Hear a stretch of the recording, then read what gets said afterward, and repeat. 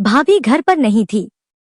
उसका 2 साल का बेटा जीत उसकी गोद में बैठा था और दूध नहीं पी रहा था। वह किसी भी परिस्थिति में शांत नहीं हो रहा था। अंततः मैंने उसे अपनी छाती से लगाकर खिलाने का निर्णय लिया। उसी समय दादा कमरे में आए। मेरे ऊपर कोई चादर नहीं थी। दादा ने मुझे उस हालत में देखा। उसकी नजरें बदल गईं और उसने मुझे बिस्तर पर लिटा दिया। उसके बाद मैं 2.5 घंटे तक चिल्लाती रही। नमस्कार दोस्तों, आज की कहानी में आपका स्वागत है। मेरा नाम आरती दीप्ति है। मेरी भाभी मेरे लिए बहन की तरह है। दादा भाभी शहर में रहते हैं, लेकिन मैं अपने माता पिता के साथ गांव में रहता हूँ। भाभी ने मुझे 3 दिन पहले अपने बेटे के जन्मदिन पर बुलाया था। यह उनकी शादी की 5वीं सालगिरह और उनके बेटे का पहला जन्मदिन था। उनके जन्मदिन के लिए एक बड़ी पार्टी की योजना बनाई गई थी। कपड़े पहनने के बाद जैसे ही मैं भाभी के घर पहुंचा, दादा ने भाभी का हालचाल जानने के लिए मुझे गले लगा लिया। उन्होंने कहा कि रोहन रो रहा था। दीप्ति उसे दूध पिलाने के लिए अंदर गई थी। पार्टी शुरू होने में अभी 1 घंटा बाकी था। बहुत दिनों के बाद दादा को देखकर अच्छा लगा। पार्टी के बाद भाभी ने मुझे घर लौटने से पहले रोक लिया। उसने कहा कि सुबह मेहमानों के जाने के बाद हम टहलने चलेंगे। भीड़ भाड़ भरी जिंदगी से छुटकारा पाने के लिए मैंने वहीं रहने का फैसला किया। अगले दिन मेहमान सचमुच चले गए। मैंने भाभी के साथ बातें की, हंसे और अच्छा समय बिताया। मेरे लिए एक अलग कमरे की व्यवस्था की गई थी। 3 दिन इसी तरह बीत गए। उधर रोहन भाभी को बेचैन कर रहा था। दादा को भाभी के लिए समय मिल रहा था। मैंने सुझाव दिया कि रोहन 2 साल का है और इसलिए अपनी मां पर निर्भर है। एक दिन वह मुझे तुम्हारे पास छोड़ देगा।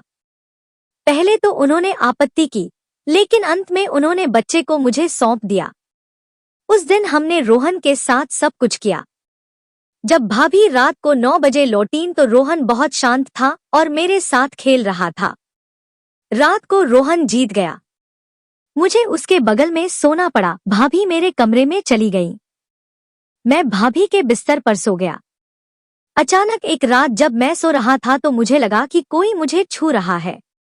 मैंने सोचा कि यह रूहानी है, लेकिन मैंने देखा कि वह स्पर्श जेन का था। दादा ने माफी मांगी और चले गए। अगली रात भी वही बात घटित हुई।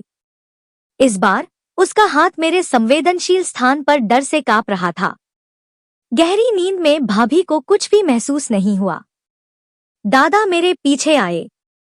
वह हड़बड़ा कर बोला, आरती, अंधेरे में दीप्ति के बारे में सोचकर मुझसे गलती हो गई। इससे पहले कि वह कुछ कह पाती, उसने माफी मांग ली।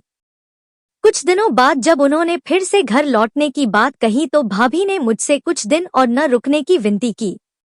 मैं 1 महीने के कुकिंग कोर्स में दाखिला लेना चाहता हूँ। रोहन अब आपके साथ समायोजित हो गया है। मैं बिना किसी चिंता के कोर्स पूरा कर सकता हूँ। मैं पिछले 3-4 महीनों से इस कोर्स के लिए उत्सुक थी, लेकिन मैं रोहन को किसी के भरोसे नहीं छोड़ सकती थी। यह तो बस कुछ ही दिनों की बात है। भाभी गिड़गिड़ाने लगी।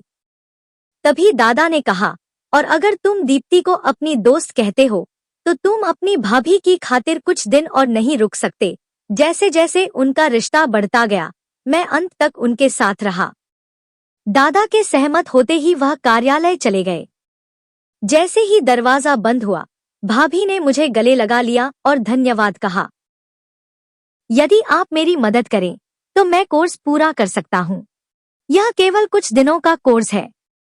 एक दिन जब आप खाना बनाना सीख जाएंगे, तो आपको अपने व्यवसाय पर गर्व होगा। मैं भी भाभी का उत्साह देखकर खुश हूँ। एक दिन भाभी क्लास में गई। रोहन ने अचानक उसे मेरी गोद में रोते हुए सुना और दूध गर्म करने के लिए रसोई में चला गया। मैंने दूध का एक बर्तन चूल्हे पर चढ़ाया और उसे चूल्हे पर रख दिया। किसी ने मुझे पीछे से गले लगाया और मेरी गर्दन पर काट लिया। मैं चिल्लाई और दादा आरती की ओर देखा। मैंने सोचा, दीप्ति, तुमने भी तो यही कपड़े पहने हैं। उसने माफी मांगी, थोड़ी देर बाद वह मेरे सूजे हुए गले पर बर्फ की थैली ले आया। उन्होंने कहा, मुझे अपनी गलती की सजा भुगतनी होगी। उसकी उंगलियां असहजता से रगड़ने लगी। मैं पीछे खड़ा हो गया और कहा, दादा, आप हैं। इसलिए वह कार्यालय गया और जल्दी लौट आया। आज काम कम था तो वह घर से क्यों निकला? शाम को चाय की मेज पर दादा ने बाहर खाना खाने चलने का प्रस्ताव रखा। भाभी ने विरोध किया तो उसने कहा, अगर दीप्ति नहीं जाएगी तो मैं आरती को ले जाऊंगा। वह इतने दिनों से घर में कैद है, उसे बाहर जाने दो। भाभी सहमत हो गई। दादा मेरे घर एक कपड़े का टुकड़ा लेकर आए। दीप्ति ने इसे आपके लिए भेजा है। मुझे संदेह था कि यह दादा की पसंदीदा शैली थी। मैं तैयार होकर चला गया। भाभी ने टिप्पणी की, वाह, मैं दादा के साथ डिनर पर जाने के लिए बहुत उत्साहित हूँ। जैसे ही मैं रेस्तरां में दाखिल हुआ, दादा ने अपनी बाहें मेरी कमर के चारों ओर लपेट ली और बार बार मेज पर मेरे घुटनों को छूने की कोशिश की। मैं जैसे जैसे आगे बढ़ता गया, वैसे वैसे उसके करीब आता गया। मैंने जल्दी से खाना खाया। मैं रात को लौट आया। मैंने भाभी से कहा कि आज आप दादा के साथ अपने कमरे में सोएंगी ताकि हमारे बीच दूरियां ना बढ़े। दादा ने रूखे स्वर में कहा कि तुम्हारे साथ सोने की कोई जरूरत नहीं है। वह दूसरे कमरे में चला गया। दादा के व्यवहार और बातों से स्पष्ट था कि अब वह अपनी पत्नी के प्रति पहले जैसा आकर्षित नहीं थे। दादा के जाने के बाद मैं भाभी के घर गया। उसके चेहरे पर भयानक भाव था। मैंने पूछा, मुझे लगता है कि तुम्हारे और दादा के बीच सब कुछ ठीक है। क्या दादा तुम्हें पहले की तरह प्यार करते हैं? भाभी उन्होंने मुस्कुराते हुए कहा, हाँ, सब ठीक है। डिलीवरी के बाद से मेरी तबीयत थोड़ी खराब हो गई है। मेरा वजन बढ़ गया है, इसलिए तुम्हारे दादाजी थोड़ी दूरी बना रहे हैं, लेकिन मैं बहुत जल्द फिर से फिट हो जाऊंगी। फिर उसने मुझसे पूछा कि तुमने इतने समय तक शादी क्यों नहीं की? आपकी उम्र 25 वर्ष है। तुम्हें अब शादी कर लेनी चाहिए। मैंने कहा कि मेरे पास एक अच्छा भाग्यवर्धक ताबीज है। मेरे माता पिता ने कहा कि मेरी शादी एक ऐसे लड़के से होनी चाहिए जो सौभाग्यशाली हो। यद्यपि मेरी उम्र 25 वर्ष है, फिर भी मुझे अभी तक कोई उपयुक्त जीवन साथी नहीं मिला है, इसलिए मैं अभी भी अविवाहित हूँ। भाभी ने मुझे चेतावनी देते हुए कहा कि तुम्हारे जैसी खूबसूरत लड़की को देखकर किसी भी मर्द की बुरी नजर लग सकती है। ध्यान से। हम बात करते करते सो गए। अगले दिन भाभी क्लास में चली गई। रोहन मेरे साथ खेल रहा था। खेलते खेलते वह सो गया। मैं भी उसके बगल में लेट गया। थोड़ी देर बाद रोहन रोने लगा। मैंने भाभी को फोन किया, लेकिन उन्होंने फोन नहीं उठाया क्योंकि वे क्लास में थे। रोहन गलती से मुझे अपनी मां समझ रहा था। उसे चुप कराने के लिए मैंने उसे दूध की बोतल दी, लेकिन वह दूध पीने को तैयार नहीं हुआ। अंततः मैंने उसे अपनी बाहों में लिया और उसे सांत्वना दी। मैंने उसे गले लगाया और मां की तरह स्नेह दिया। अचानक मेरी नींद खुली तो मैंने देखा कि भाभी बहुत देर से मेरे सामने खड़ी थी। देखिए, मुझे कुछ भी समझ नहीं आया। रोहन को शांत करने की कोशिश करते हुए मैं अपने कपड़े ठीक करना भूल गई। दादा की आंखों में एक अजीब सी नजर थी। मैंने जल्दी से अपने कपड़े ठीक किए, लेकिन दादा ने मेरा हाथ पकड़ लिया और मुझे बिस्तर की ओर खींचने लगे। मैं डर गया। दादा बोले, अर्तिक, अब और कितना इंतजार करवाओगे? मैं कई बार इशारा कर चुका हूं। तुम इतने दिनों से मेरे सामने थे, पर मैं तुम्हारे साथ ठीक से समय नहीं बिता पाया। कल जब मैंने तुम्हें उस हालत में देखा तो मेरी आंखें चमक उठीं। आज दीप्ति पूरे दिन बाहर है, पूरा दिन हमारे पास है। मैंने दादा की बात मान ली, पर एक सवाल पूछा, तुम शादीशुदा हो? अगर तुम इस तरह मेरे पास आओगे तो तुम्हारी पत्नी के साथ तुम्हारा रिश्ता खराब नहीं होगा, दादा ने कहा, और तुम बहुत ज्यादा सोच रहे हो। दीप्ति सिर्फ मेरी पत्नी है, लेकिन मैं अब उससे प्यार नहीं करता। मैं उसे खाना बनाने की क्लास में भेज रहा हूँ क्योंकि मेरी नौकरी चली गई है। वह कुछ पैसे कमाएगी और मेरी मदद करेगी। अगर वह ऐसा नहीं करती तो मैं उसके साथ खुश नहीं रहूंगा। अगर तुम सहमत हो तो हम शादी कर सकते हैं। रोहन पहले ही तुम्हें अपनी मां मान चुका है। दादा मुस्कुराए और मुझे गले लगा लिया। मैं प्रसन्न होकर उसकी बाहों में गिर पड़ी। दादा ने मेरा दुपट्टा हटाया और मेरी छाती को सहलाने लगे। उसी समय उसने दरवाजा खोला और अगले कमरे में प्रवेश किया। मुझे दादा की गोद में देखकर वह चौंक गई। मैंने जल्दी से दादा को धक्का दिया और भाभी की ओर चला गया।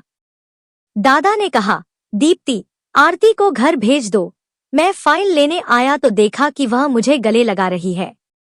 भाभी ने क्रोधित होकर दादा को चोरों की तरह मारा और कहा, नीचे आओ, मैंने सब कुछ सुना। जब से आरती पानी लेकर घर में आई है, मैं फोन पर सब कुछ सुन रहा हूँ। कल रात आरती ने मुझे तुम्हारा असली चेहरा बता दिया। तुमने उस पर जबरदस्ती करने की कोशिश की। अब मुझे समझ आया कि आप उसे यहाँ क्यों रखना चाहते थे। आपने अपनी नौकरी खो दी क्योंकि आपने कार्यालय में एक महिला कर्मचारी के साथ दुर्व्यवहार किया था। अब मुझे समझ आया कि आप हर महीने नौकरी क्यों बदलते हैं। पिछले 5 सालों से तुम मुझे बेवकूफ बना रहे हो। मैं घर परिवार संभाल रही थी और तुम बाहर लड़कियों पर पैसा खर्च कर रहे थे। आरती ने मुझे वे सारे संदेश दिखाए जो तुमने उसे भेजे थे। मैं भाभी के सामने दादा का असली चेहरा दिखाना चाहता था और अब यह पूरी तरह सामने आ गया है। दादा ने बार बार मुझे गलत रिश्ते में फंसाने की कोशिश की, लेकिन मैं भाभी को खतरे में नहीं डाल सकता था। पिछले कुछ दिनों से भाभी को मुझ पर और दादा पर शक था, तो वह मुझे ढूंढ रही थी। अंततः कल रात मैंने उसे सच बता दिया कि उसका पति मेरे पीछे पड़ा है। फिर भाभी ने अपने पति से अलग होने का फैसला किया। मुझे लगा कि मेरे कारण उसकी जिंदगी बर्बाद हो गई और मैंने उसे यह बात बताई।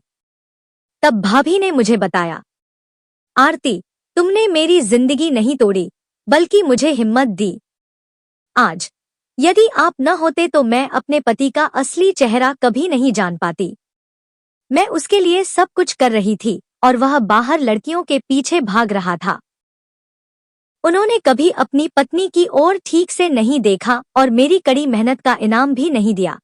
आरती, तुमने मेरी आंखें खोल दी। यह आपकी वजह से है कि मैं अपना खाना पकाने का सपना पूरा कर सका। मैं बहुत जल्द अपना छोटा सा व्यवसाय शुरू करने जा रहा हूँ। मैं अपने पैरों पर खड़ी होऊंगी और अपने बच्चे की देखभाल करूंगी।